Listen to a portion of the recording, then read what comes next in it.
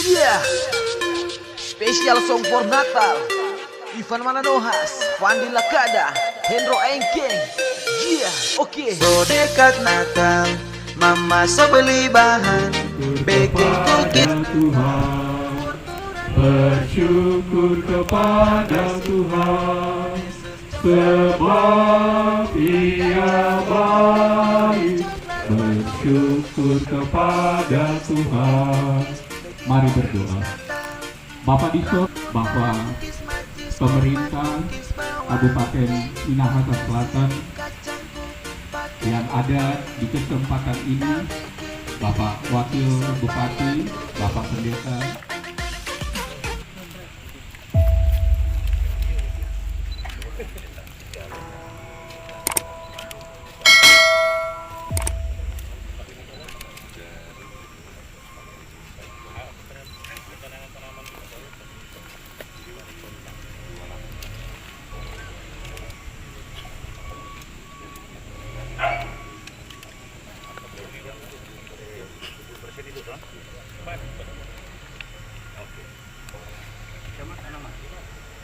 iya, tepuk tangan.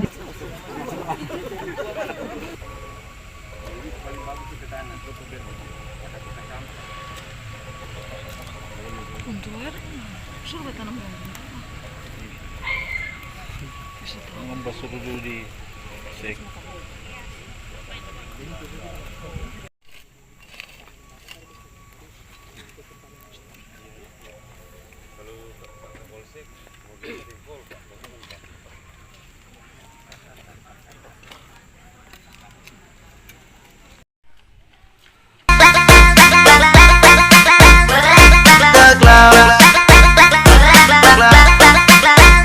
Santa Claus,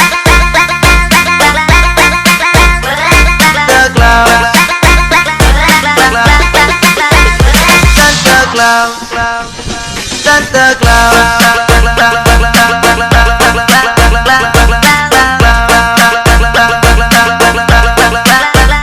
Santa Claus.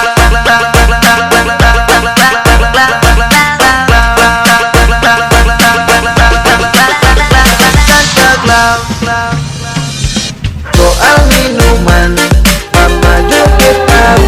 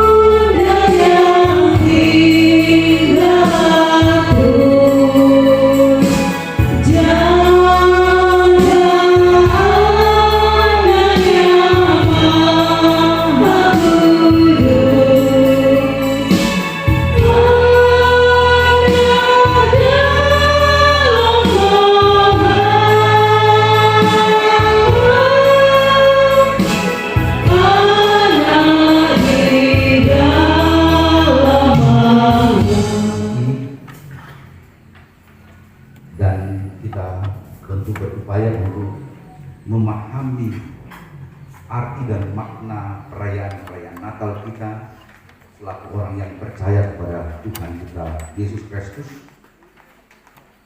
yang telah lahir di Bethlehem, yang telah memberi diri dan berkorban demi keselamatan manusia dan dunia ini. Kita merayakannya sebagai ucapan syukur atas rahmat Tuhan yang telah menyelamatkan kita. Tapi juga ini sebenarnya adalah sebuah momentum yang berharga, berguna bagi kita untuk memahami bahwa sebenarnya inilah waktu dan kesempatan yang diberikan Tuhan yang harus kita manfaatkan untuk mempersiapkan diri dalam rangka menanti kedatangan Kristus kembali ke dalam dunia. Jadi ini sebenarnya kalau orang merayakan Natal bukan hanya kita terfokus kepada mengenang peristiwa Bethlehem, tapi terutama kita membangun komitmen dalam rangka menanti kedatangan Kristus kembali ke dalam dunia. Dan itu bisa kita lakukan dalam kehidupan, dalam kerja, dalam profesi yang Tuhan anugerahkan bagi kita, yang Tuhan percayakan kepada kita selama ini dalam segala situasi dan kondisi yang ada, termasuk dalam kehidupan kerja yang dilaksanakan dalam lingkup pemerintah Kecamatan Kareran ini. Kita boleh diberikan kesempatan oleh Tuhan untuk mengerjakan tanggung jawab kita, sekalipun memang didapati ada begitu banyak kendala, ada begitu banyak tantangan, ada begitu banyak problematika dalam kerja ini. Saya mencatat bahwa sebenarnya secara umum ada 3 masalah yang seringkali terjadi dalam sebuah organisasi. Kalau dalam ilmu leadership atau kepemimpinan, biasanya ada 3 hal yang seringkali saya sampaikan. Yang pertama adalah bicara soal kompetensi. Ini masalah dalam setiap organisasi. Ada orang nafsunya besar, tinggi, tetapi kemampuannya rendah. Sementara ada orang yang punya kemampuan tetapi seringkali tidak diberikan kepercayaan. Ini persoalan. Nah, kompetensi adalah hal yang sangat penting bagi kita untuk masuk di era persaingan ini. Setiap orang dituntut memiliki kemampuan atau kompetensi supaya dia ketika dipercayakan mengerjakan sesuatu dapat dikerjakan dengan baik. Tetapi kompetensi ini sebenarnya dapat dimiliki oleh semua orang dengan cara belajar, learning by doing. Sebab ada pemimpin yang karismatik, tapi ada kepemimpinan yang dapat dipelajari. Oleh sebab itu, momentum Natal ini kita diingatkan untuk meningkatkan kompetensi kita, belajar terus. Sebab pendidikan itu seumur hidup, ya. Long life education, belajar seumur hidup. Yang kedua, bicara soal komitmen. Ini persoalan yang seringkali muncul dalam kehidupan organisasi, termasuk organisasi pemerintah. Komitmen kita sebenarnya dalam mengerjakan tanggung jawab yang dipercayakan kepada kita perlu terus dibaharui. Kalau dalam gereja terkenal sekali istilah waktu reformasi, istilah Latinnya Ecclesia Reformata Semper Reformanda, yang artinya gereja yang telah dibaharui memiliki kewajiban dan tanggung jawab untuk terus membaharui diri. Kita komitmen yang kita telah bangun dalam kehidupan ini harus terus dibaharui. Sebab ada kalanya komitmen kita itu menjadi redup ketika kita berhadapan dengan berbagai persoalan dalam kehidupan ini. Ketika kita berhadapan dengan berbagai tantangan dalam kehidupan kita ini. Yang ketiga, bicara soal kekompakan. Jadi pepatah mengatakan bersatu kita teguh, bercerai kita rubuh. Di dalamnya akan terjadi saling membantu, saling menopang, saling menolong satu dengan yang lain. Bukan sebaliknya saling menjatuhkan atau saling mempersalahkan satu dengan yang lain. Oleh sebab itu dalam momentum perayaan Natal ini Tiga hal ini perlu disampaikan bagi saudara-saudara untuk meningkatkan kapasitas kita yang bisa menghasilkan kinerja atau mendorong kinerja kita sehingga mendatangkan hasil yang optimal. Tadi Ibu Pendeta mengutip apa yang sering saya sampaikan. Bekerjalah dengan segenap hati. Kalau kita bekerja dengan segenap hati, kita akan mendapatkan hasil seperti yang diinginkan hati. Tapi kalau kita bekerja setengah hati, hasilnya setengah hati. Tapi kalau kita pun bekerja dengan segenap hati, harus selalu memiliki prinsip kehati-hatian supaya di kemudian hari nyanda makan hati. Itu hal yang pertama. Yang kedua, kita harus melihat bahwa sebenarnya dalam kehidupan di era modernisasi ini, di era 4.0 ini atau 4.0, kalau bicara soal 4.0 semua tahu 1.0 dimulai daripada revolusi industri dengan ditemukannya mesin uap. Tenaga manusia digantikan dengan tenaga mesin yang ditemukan di Inggris. James Watt menemukan mesin uap. Nah, ini sebenarnya kita harus tahu bahwa orang sekarang so 4.0. Ada hal-hal yang perlu kita perhatikan. Bukan hanya mampu memanfaatkan kemajuan ilmu pengetahuan dan teknologi, tapi juga harus memiliki minimal ada 4 ciri orang yang unggul. Yang pertama adalah orangnya harus pintar. Pintar artinya mengetahui banyak hal. Yang kedua harus cerdas. Cerdas artinya bisa mengambil keputusan dan mampu melakukannya. Orang yang cerdas adalah orang yang selalu memanfaatkan peluang yang ada. Ada 3 hal yang perlu kita perhatikan dalam hal ini. Antara lain memanfaatkan waktu, harus cepat, harus cermat, dan harus tepat selalu. Yang ketiga ialah kreatif. Kreatif artinya adalah orang yang selalu berpikir tentang sesuatu yang harus dia lakukan dan selalu berupaya menemukan hal-hal yang baru. Jangan cuma begitu-begitu terus.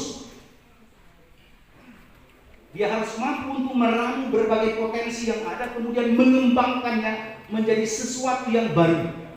Mampu untuk mengimplementasikan gagasan, ide, pendapat dalam pikirannya untuk menjadi kenyataan. Artinya tidak hanya mampu berpikir dalam pikiran, tetapi harus mampu mewujudkan pikiran dalam tindakan. Yang keempat ialah inovasi atau inovatif. Setiap kita semua dituntut untuk memiliki nilai yang lebih. Jangan selalu cuma mengekor. Harus selalu memiliki kelebihan-kelebihan, keutamaan kita. Ini 4 hal yang ini satu anugerah dan berkat yang dia boleh nyatakan limpahkan bagi kita semua dalam suatu kegiatan pada perayaan Natal pemerintah Kecamatan Tarerang dan tim penggerak PKK Kecamatan Tarerang. Banyak terima kasih kepada pemerintah Kabupaten Minahasa Selatan, Bupati dan Wakil Bupati, terlebih khusus di kesempatan ini hadir bersama dalam kegiatan ibadah Natal. Kami sebut dengan hormat Bapak Wakil Bupati, Pendeta Petra Yani Rembang, bersama Ibu sebagai sekretaris tim penggerak PKK Kabupaten Minahasa Selatan. Banyak terima kasih pula kami sampaikan kepada Bapak Kapolsek Tarerang, Bapak Yohanes Lalu, Pak dan Ranu, Tumpang Tarerang, para tokoh-tokoh agama, pimpinan golongan yang hadir di kesempatan hari ini, para hakim tua dan ketua-ketua tim penggerak PKK. Terima kasih pula kepada para undangan yang berkesempatan hadir dalam kegiatan ibadah perayaan Natal pemerintah Kecamatan Tarerang dan tim penggerak PKK Kecamatan Tarerang. Terima kasih atas support dan dukungan para hukum tua dalam kegiatan ini sehingga boleh terselenggara. Ini merupakan Natal pertama dilaksanakan.